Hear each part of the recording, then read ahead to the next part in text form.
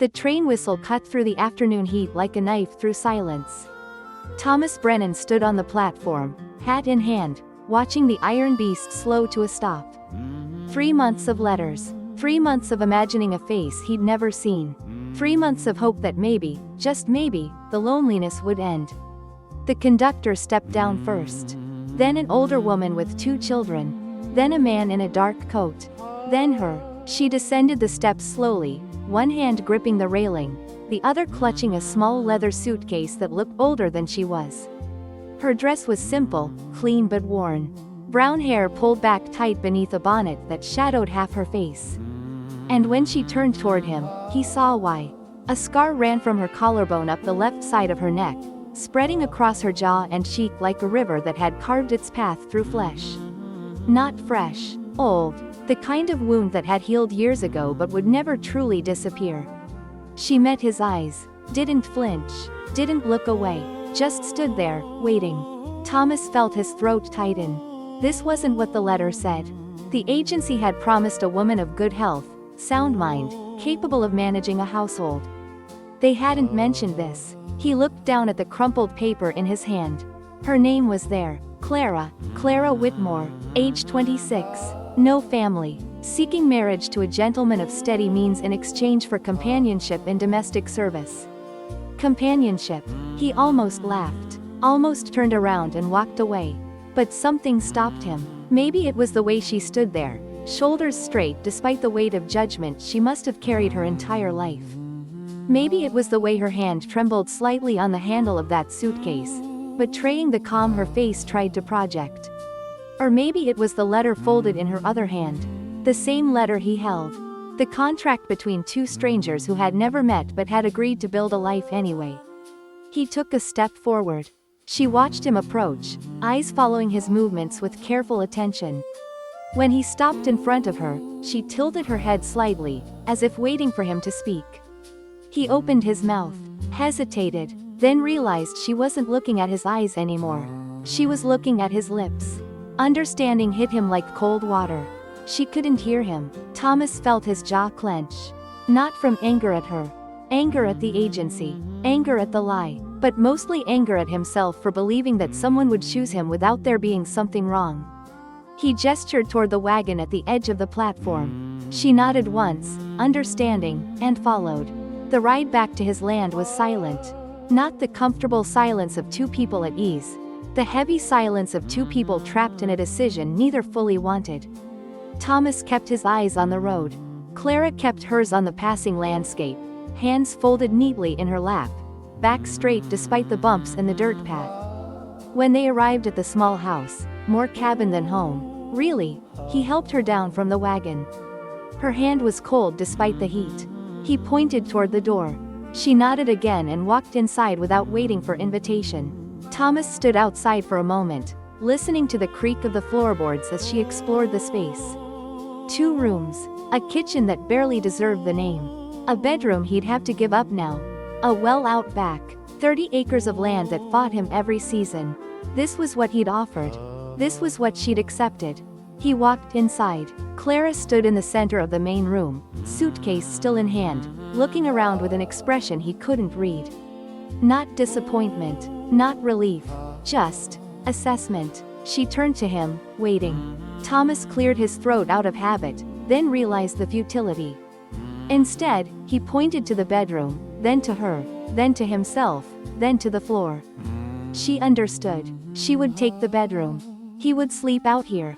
She shook her head. He frowned, gestured again. Insistent. She set the suitcase down, walked to the corner where a thin blanket lay folded on a wooden chest, picked it up, and carried it to the bedroom. Then she returned, pointed to the floor where she'd been standing, and nodded.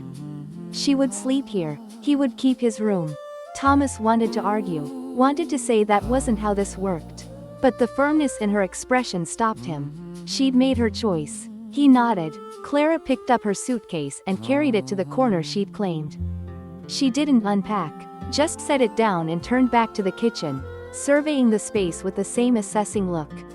Within 10 minutes, she'd found the broom and begun sweeping. Thomas watched from the doorway, unsure whether to help or stay out of the way. He settled for the latter. By sundown, the cabin looked cleaner than it had in months. Clara moved through the space like someone who understood work, who didn't need instruction or supervision. She found the cast iron pan, the flour, the small supply of dried meat, and made a meal without asking permission. They ate at the small wooden table in silence.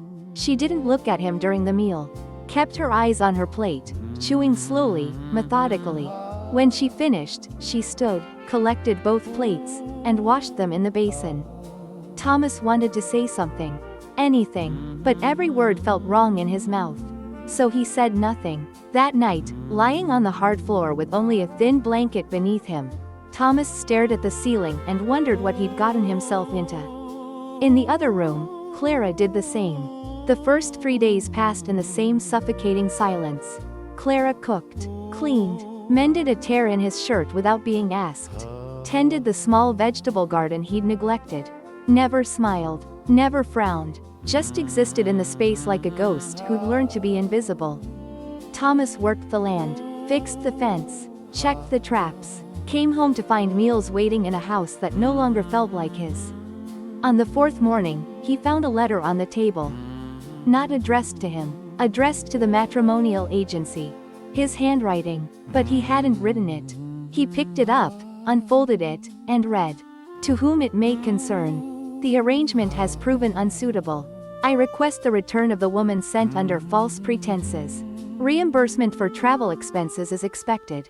Thomas Brennan. He stared at the words. They were his thoughts, captured perfectly on paper. Every frustration, every doubt, every moment of feeling trapped.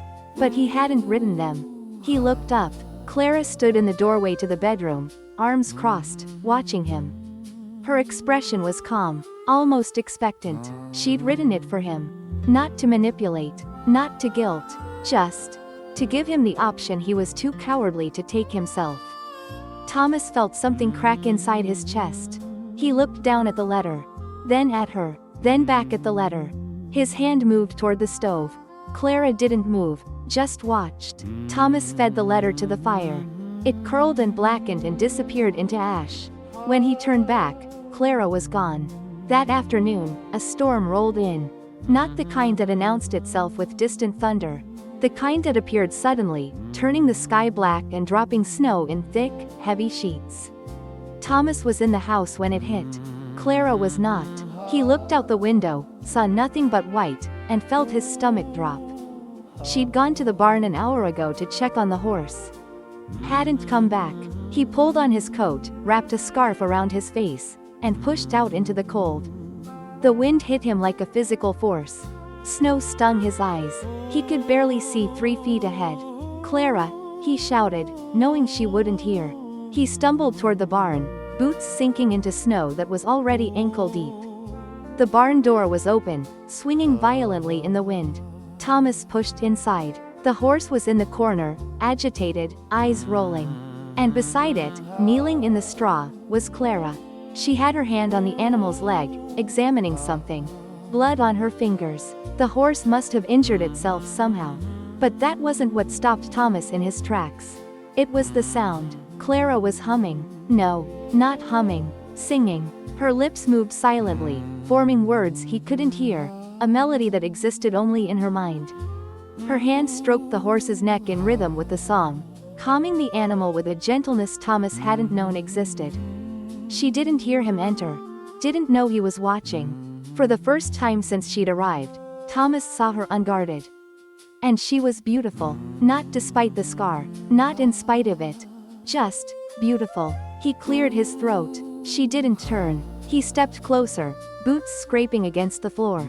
She looked up, startled, pulling her hand back quickly. Thomas gestured toward the house. Toward the storm outside. She shook her head, pointed to the horse. He gestured again, more insistent. She stood, facing him fully, and her expression was firm. She wasn't leaving the horse alone. Not while it was hurt.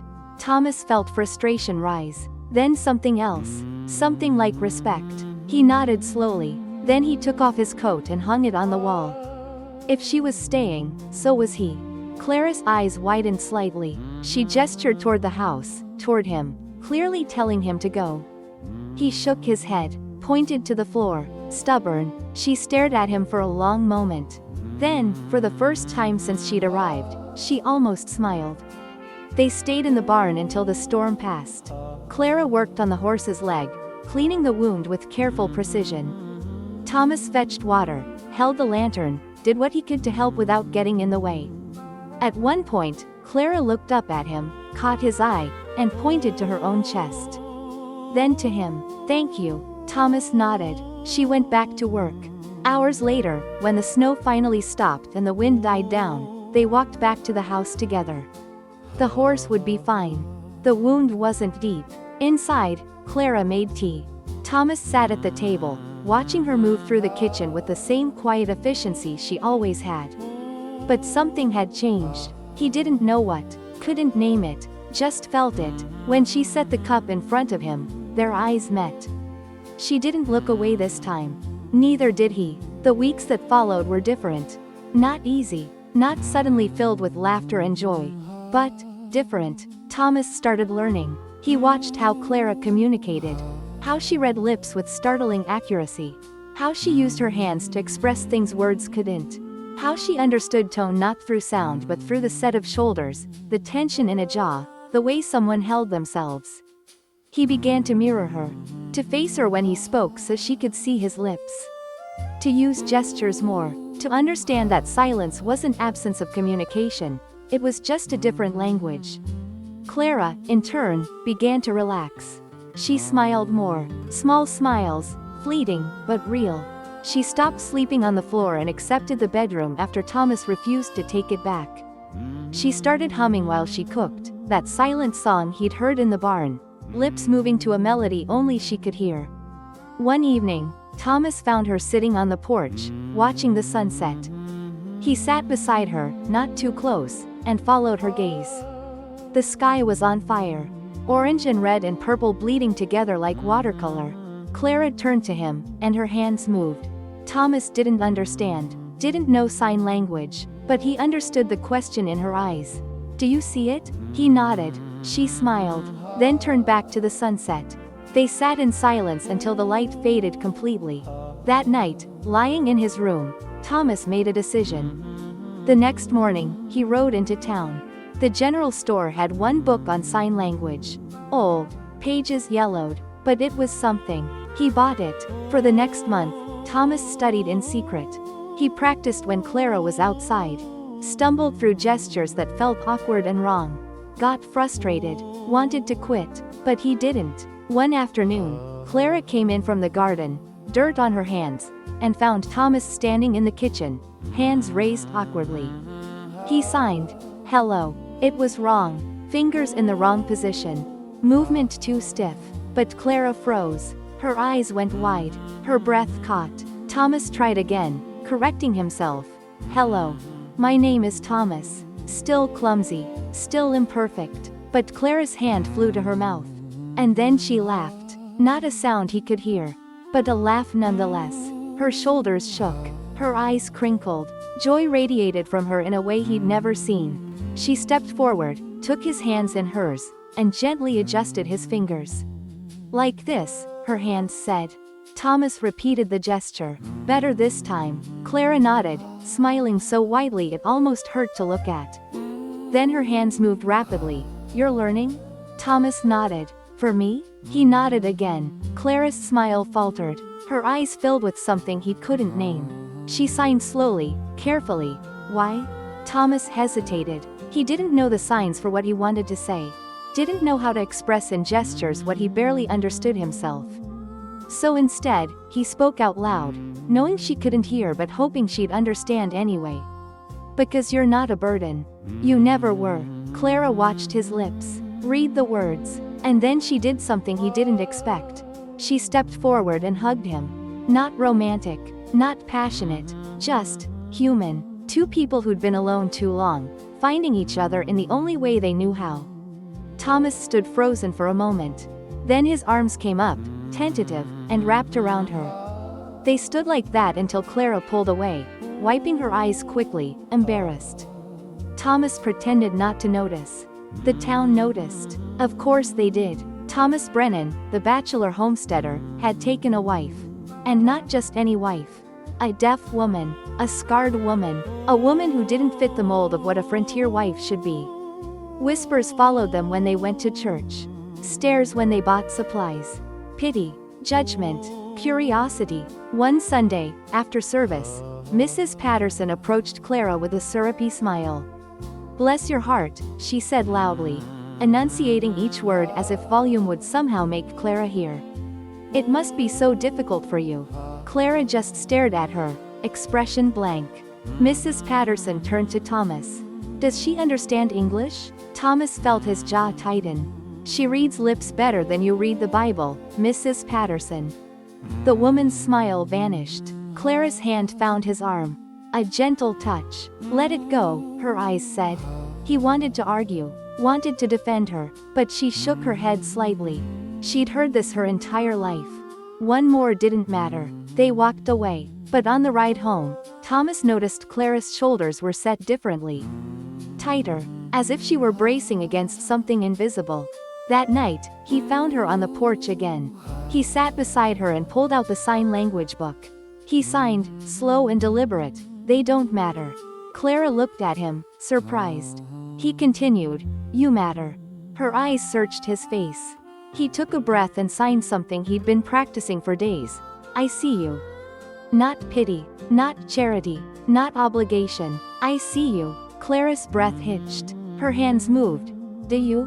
Thomas nodded. Then he did something he'd been too afraid to do before. He leaned close enough that she could feel his presence, and whispered against her ear. "I see you, Clara." She couldn't hear the words, but she felt his breath against her skin, felt the warmth of him, felt the intention behind the gesture. And she understood. When he pulled back, there were tears on her cheeks. She signed, "No one has ever." She stopped, started again. "Thank you." Thomas shook his head, signed back, "Thank you." Clara smiled, a real smile, full and unguarded, and for the first time since she'd stepped off that train, she looked like she belonged. A year passed. The house changed. Small things at first. Curtains Clara sewed from fabric Thomas bought in town. A rocking chair on the porch. A garden that flourished under her care.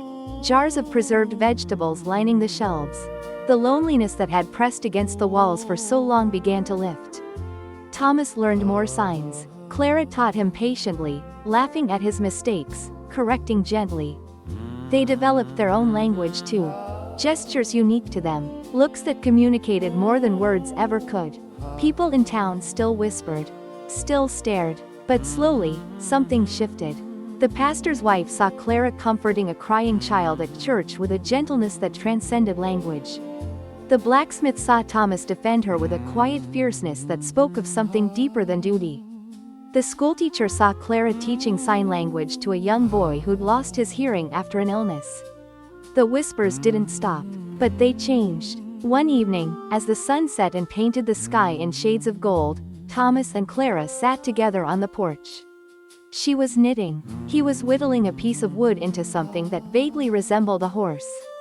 She glanced at him, eyes amused, and signed, "That's terrible." He looked at his carving and signed back, "I know." She laughed silently. He set the wood aside and turned to her fully. She stopped knitting, sensing the shift. Thomas signed slowly, "I want to tell you something." Clara nodded, attentive. He continued, "When you stepped off that train, I was angry." Her expression didn't change. She'd known. "I almost left you there," he admitted. She nodded again. She'd known that too. "But I'm glad I didn't," he signed. "Because you." He paused, searching for the right signs. Clara waited patiently. Finally, he signed simply, "You make everything better." Her eyes softened. She set her knitting aside and signed back, "You chose me when no one else would." Thomas shook his head. "I chose wrong at first." She frowned, confused. He continued, "I chose you because I thought I had to. Because it was obligation." He paused. "But now I choose you because I want to." Clara's breath caught. Thomas reached out, took her hand, and signed with his free hand, "Every day, I choose you." She looked at their joined hands. Then at his face. And then she leaned forward and kissed him. Gentle, Tentative, a question, Thomas answered by kissing her back. When they pulled apart, Clara was smiling through tears. She signed, "I choose you too." They sat together as the sun disappeared below the horizon, hands intertwined, two people who'd started as strangers and become something neither had expected. Not a fairy tale, not perfect, but real. Years later, when Thomas was old and Clara's hair had gone silver, he would still whisper to her in the quiet moments. Whispers she couldn't hear but always understood. "I see you," and she would sign back, fingers moving with the ease of decades of practice. "I see you too." The scar never faded, her hearing never returned, the world never stopped being difficult. But they had each other. And in the end, that was enough. Some marriages are built on passion, others on convenience. Theirs was built on choice. The choice to see past what was broken and find what was whole. The choice to build something from nothing. The choice to love not despite the scars, but because of the strength it took to survive them. And that choice, made every single day, was what changed everything.